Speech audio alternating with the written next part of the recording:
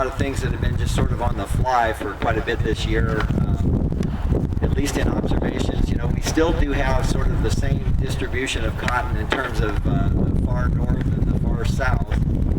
So we do have some cotton still down in Kern County, that a lot of it in several locations was planted right about on the first available planting date in March. And there's an amazing amount of variability in how those fields look, and it sort of reflects the whole situation that people have been dealing with this year. There are some locations that are really quite advanced down in the southern part of the valley, although a lot of them up here are moving right along as well toward early bloom. But one of the things that's been sort of striking in multiple locations this year is some of the issues that we've had with worm damage, thrips, for an extended period of time that have gone along with the problems with the variable weather. And that's been one that, at least in my case, I've been to quite a few fields multiple times, scattered across the valley, to kind of look at those and reevaluate them and decide whether things are moving on. We had a few fields that were damaged really severely, mostly from worms in Tulare County early on, and it was kind of a difficult call for some of the growers to decide with the water situations whether they were going to keep them or let them go. And there were actually a few cotton fields that I know of that were plowed down after seeing that kind of injury. So definitely rough start on those, but some of the ones, it's amazing how, like we've seen a lot of times when you get some of the early damage, when things turn around, the weather improves, you get some water on the fields, some of those are looking much, much better at the moment. So one of the things, I guess, I think Dan is going to talk about nutrient management and water management. I guess one of the things I wrote down, a few things that I wanted to mention is one of them would be questions of PGR use. I have kind of looked at a bunch of the results from things that we've done in the last 10 years or so, 15 years on Pima, as well as upland for PICS, PGR management. And I guess I wanted to just sort of reiterate a few specific things about that. Really the most consistent data of what you get in terms of early or higher dose PGR applications in Pima is height reductions. The data on earliness, if you go through a big body of data, there is data there talking about advantages in terms of earliness. So again, the setup really for maybe wanting to go a little more aggressive on PICS management for earliness is when you're in a situation where you're worried about having a growing season that is going to be shorter than you otherwise might like. And one example of that, certainly in a year like this one, is the question of do you have enough water to finish everything out? You're going to run the season, go for a top crop and all. And part of what I've been having some discussions with some folks, mostly in Tulare County and a couple locations in Kings and Kern County, has been the idea of probably going with, all things considered, looking at some probably earlier than normal PGR applications and some higher rate PGR applications. And the setting, again, in those discussions has really been sites where I think people are likely to have to wrap up the season earlier, eliminate an irrigation, at least one irrigation. And so the idea is that they're not going to have a long growing season in order to be able to extend it for a top crop and be able to get some additional advantage of more growth, more fruiting positions, and so on. So I'd be definitely willing to have some discussion. You know, I've had a few arguments out in the field about just sort of the whole general idea.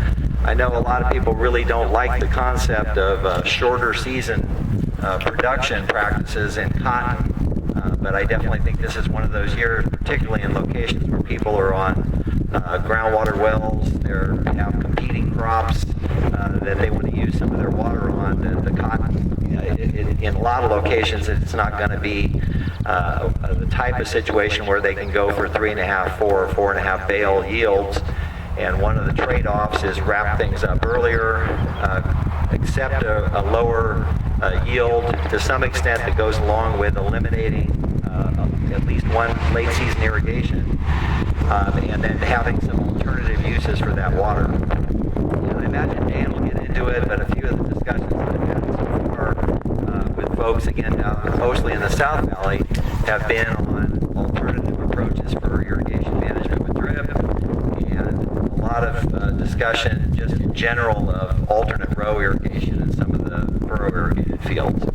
So I would expect that those are going to be some of the type of discussions that are going to continue kind of hot and heavy as you get into July and August, because again, the water situation, everybody knows kind of where they stand at this point in terms of available water supplies and what they have in the ground, what the prices are looking like for some of the alternative crops and all. And so I expect that some of those kind of pressures are really likely to continue. So I'll be interested to see whatever discussion Dan wants to have along those same lines.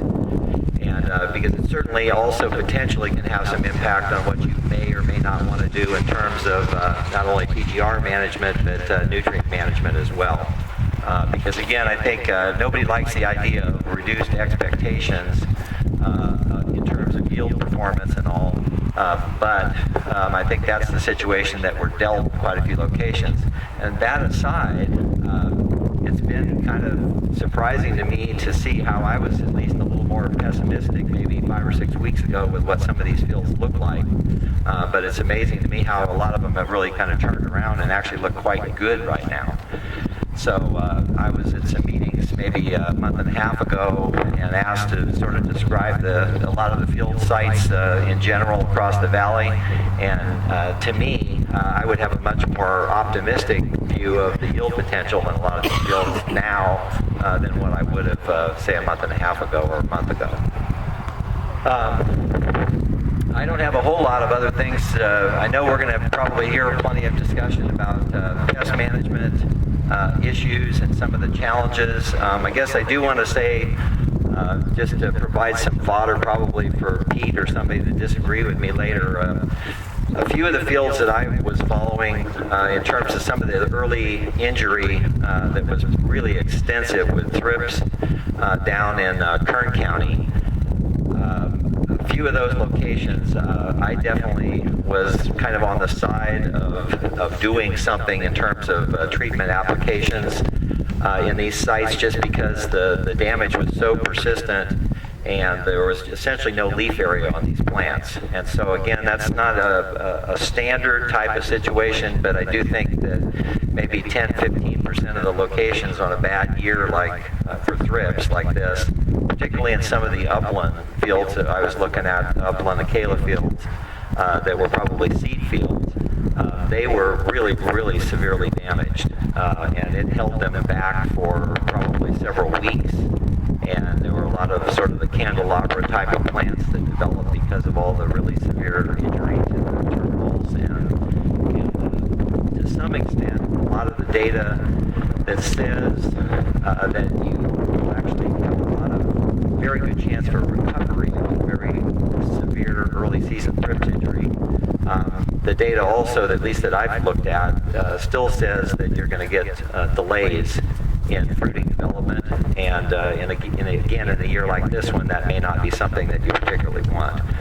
So again, I won't pose that we really have a major long-term change in how we suggest dealing with thrips, but I think there are some really severe case situations where it is warranted to do something about it. And I don't know, Dan, you're going to cover some things on irrigation and drip management. A little bit about the soil moisture measurement, and then Okay. The other one that I wanted to mention, I know it's not really my favorite topic either, but I might as well at least mention that we still have been doing a lot of field evaluations to look at fusarium. Some of them have been up in this area in Points North, and that's sort of how our experience has been, is that the worst of the injury from fusarium race 4 in earlier years tended to be sort of in the Tulare County, Fresno County, Kern County locations. It's pretty well recognized in most of those sites. So some of the new sites that we've looked at, and some of the sites, or new to us sites that we've looked at, and some of the requests for evaluations have been further north, up in this area and further north. So it is a problem that is essentially in all of our San Joaquin cotton-producing counties. It's not a very unusual occurrence anymore to have race 4 fusarium identified and established in some of these fields. I do have some handouts if anybody wants them or isn't aware of some of the basics on fusarium. Soil-borne fungal disease, it'll persist for a long time, and really the focus isn't on chemical treatments for dealing with it. The focus is really on looking at resistant varieties. So along those lines, we still are working with USDA ARS researchers on resistant germplasm. We have some pretty good successes in Pima releases, and so do some of the seed companies. Phytogen has a number that hopefully will be more widely available. They had some seed production problems this last year, but Phytogen 802 RF, and to a lesser degree 811, 805, some other newer materials from Phytogen coming along actually look pretty good in terms of race 4 fusarium resistance.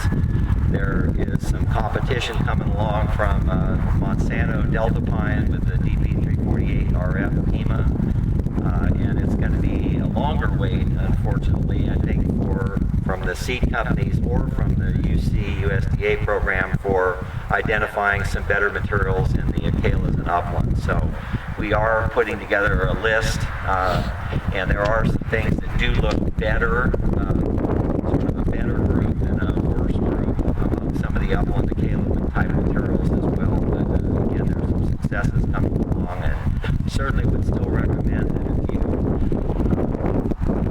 suspect something in the way of fusarium, the best time to look is prior to first bloom. It gets a whole lot harder to find that part of the field in the later part of the season.